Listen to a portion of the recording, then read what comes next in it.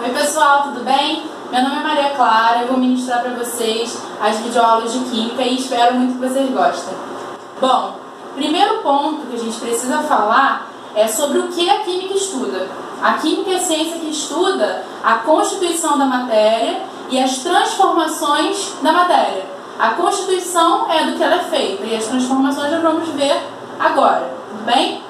Mas antes, eu queria definir com vocês a diferença entre o que é matéria e o que é energia.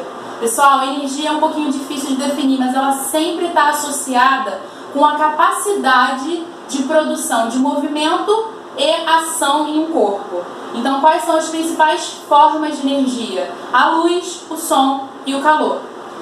As formas de energia também não têm massa e não têm volume. Isso é a principal diferença de energia para matéria, porque matéria é tudo aquilo que tem massa e que ocupa lugar no espaço, ou seja, que tem volume, tudo bem? Tem massa, tem volume, é matéria. Então, o que seria a matéria? Tudo, tudo bem? Tudo menos o que é energia. Então, eu sou matéria, você é matéria, a água que a gente bebe é matéria, o ar que nós respiramos é matéria. Então, sendo assim, a gente pode definir 3 estados físicos da matéria. A gente tem o sólido, como eu e você, a gente tem o líquido, que é a água que a gente bebe, e a gente tem o gasoso, que é o ar que nós respiramos. Tudo bem? Qual a principal diferença entre esses 3 estados da matéria? Sólido, líquido e gasoso.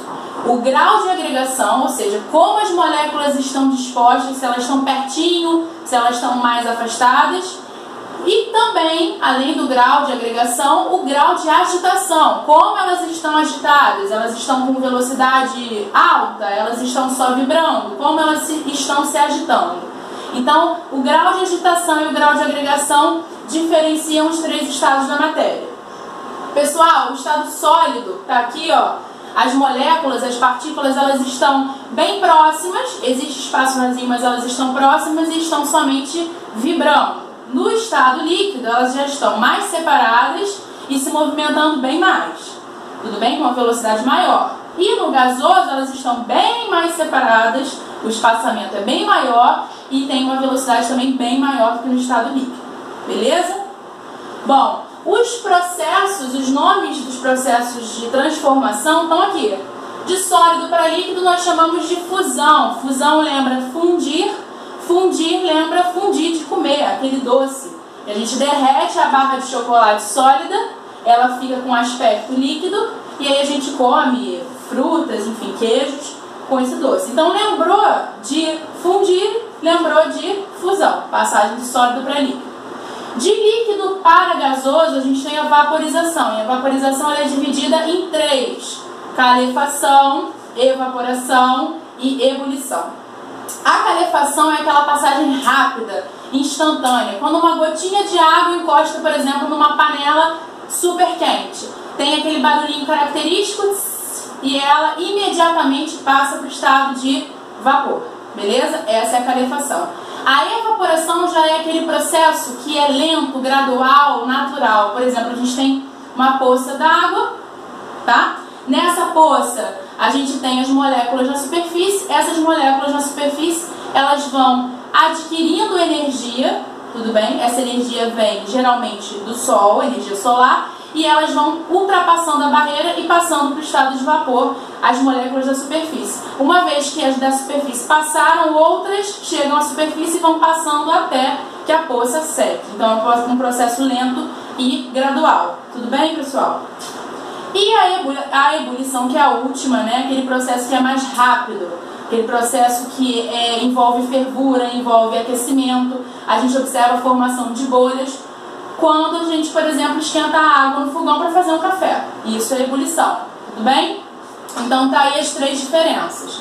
Pessoal, do estado gasoso para o estado líquido, existe essa subdivisão em condensação e liquefação. Existe essa diferença de liquefação para condensação porque existe diferença entre gás e vapor. Qual é a diferença, pessoal? O gás, na natureza, no cotidiano, quem são os gases mais comuns? Hidrogênio, nitrogênio, gás oxigênio, gás carbônico, esses são os gases. Para que eles se transformem em líquido, é um processo que não é natural, é um processo que não acontece normalmente, é um processo que precisa de fatores, né? Que no caso é a diminuição da temperatura e o aumento da pressão. E isso não vem ao caso agora, mas isso só é realizado em indústrias, enfim, laboratórios. Isso não acontece normalmente. Por isso que nós vamos focar bem mais no vapor. Quem seria o principal vapor do cotidiano? O vapor da água. O vapor da água ou de água. Tudo bem? Esse vapor é o que mais está presente. E o que a gente pode observar a respeito desse vapor? Para ele se transformar em líquido, ele precisa somente de uma diminuição da temperatura bem pouquinha.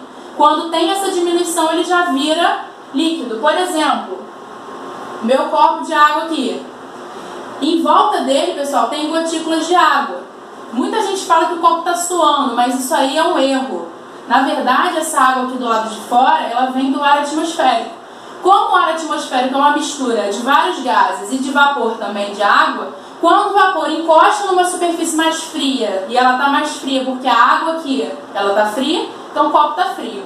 Quando esse vapor encosta aqui, ele imediatamente condensa. Então isso acontece naturalmente, acontece também o tempo todo, beleza? Quando, por exemplo, a gente toma um banho muito quente, que sai bastante vapor, e o vapor encosta no blindex, no azulejo, no espelho, a gente também observa as gotículas saindo, né? Caindo do espelho, caindo do azulejo, em cima do azulejo, e essas gotículas, na verdade, são vapor, é do vapor que encostou naquela superfície mais fria e condensou. Tudo bem? Beleza? Então, de gás, pessoal, de gás para líquido nós chamamos de liquefação, a ação de se tornar líquido. E no caso de vapor para líquido nós chamamos de condensação.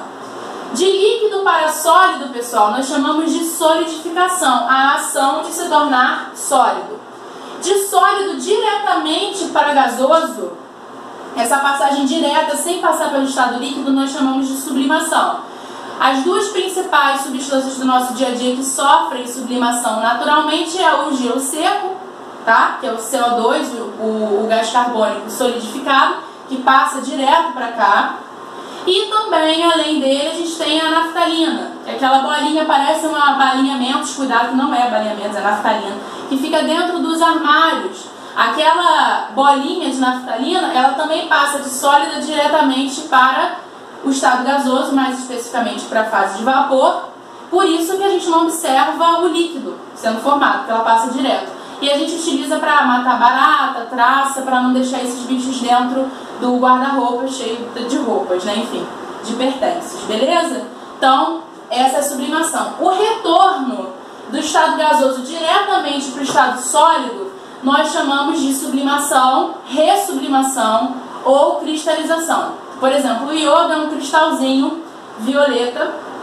Se ele estiver no estado de vapor e ele encostar numa superfície mais fria, tipo um vidro, ele passa diretamente para o estado sólido, formando então os cristais pendurados. Por isso, cristalização, a ação de formar cristais.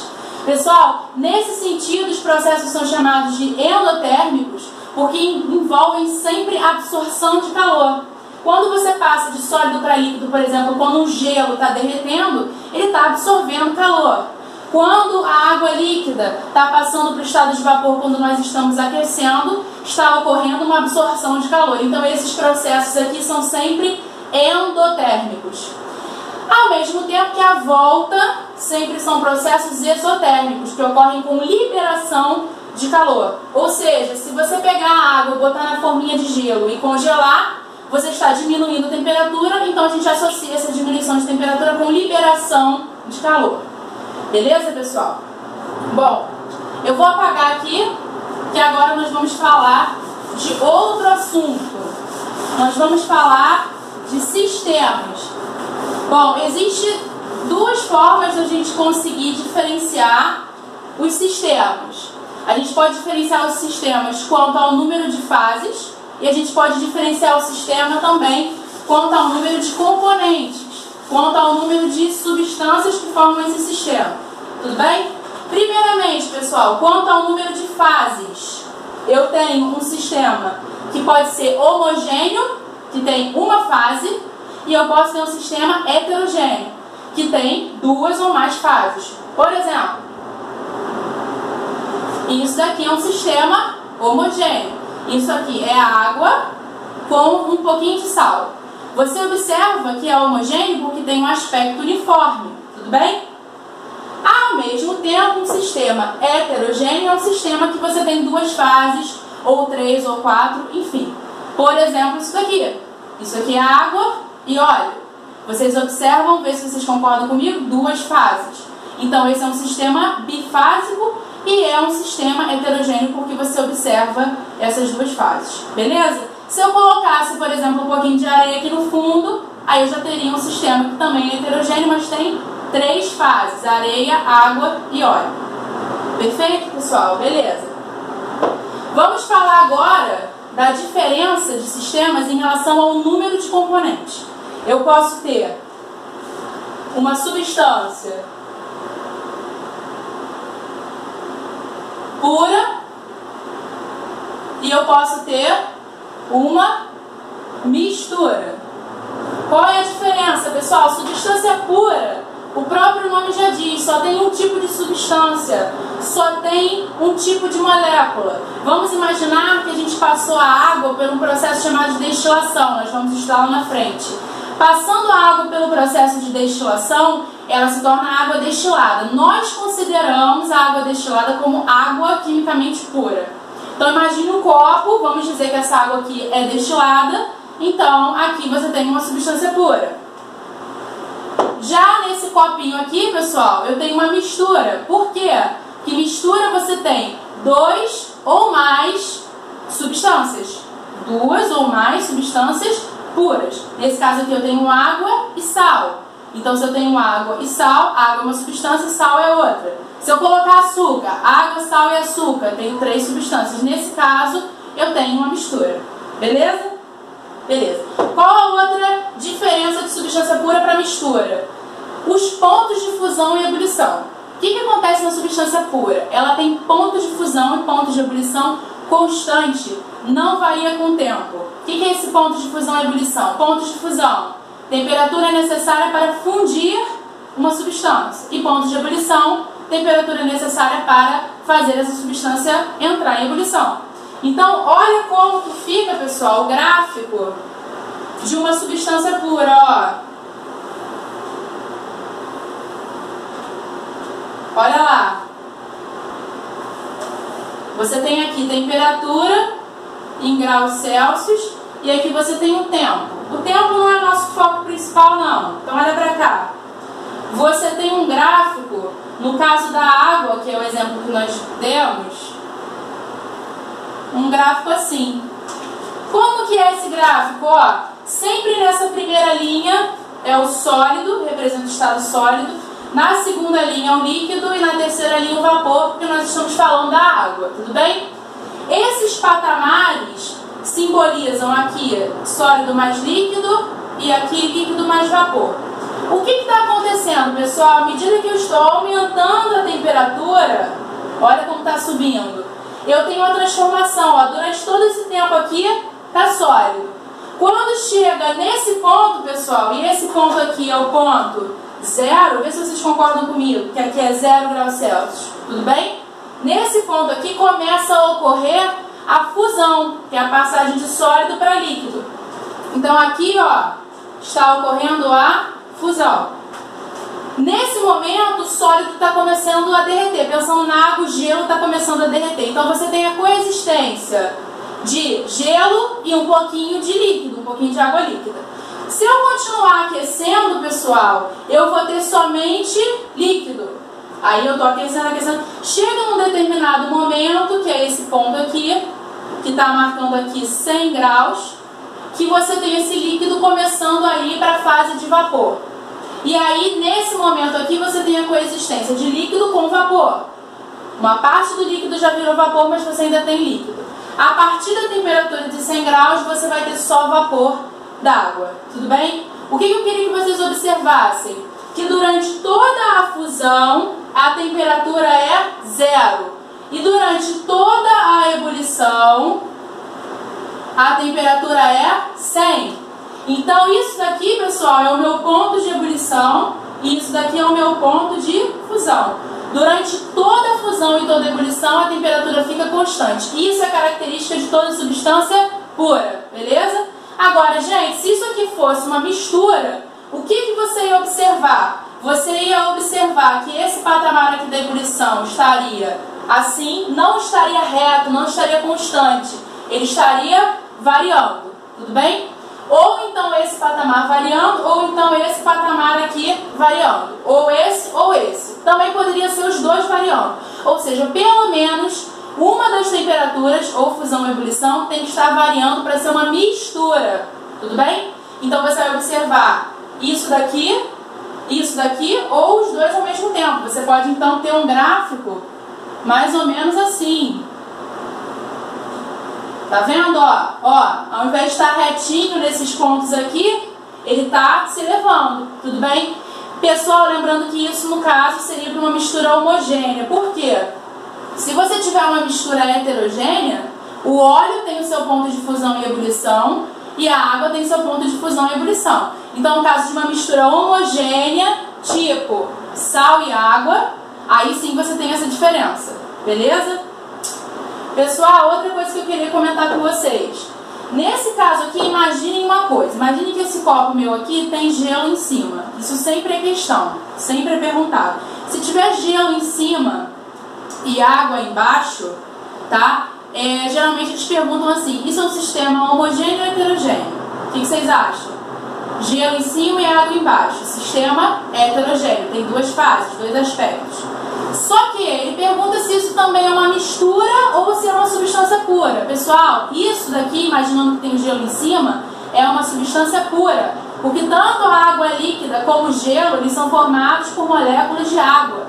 Então o único tipo de molécula aqui seria a água. Sendo assim, mesmo tendo esse aspecto duplo, imaginem, isso daqui vai ser uma substância pura. Tudo bem? Nesse caso aqui, pessoal, nós temos uma mistura, porque tem duas substâncias, e é uma mistura heterogênea, porque tem o quê? Duas fases. Tudo bem? E isso daqui, pessoal, água com um pouquinho de sal, é uma mistura, porque tem duas substâncias, mas ela é homogênea, porque só tem um aspecto.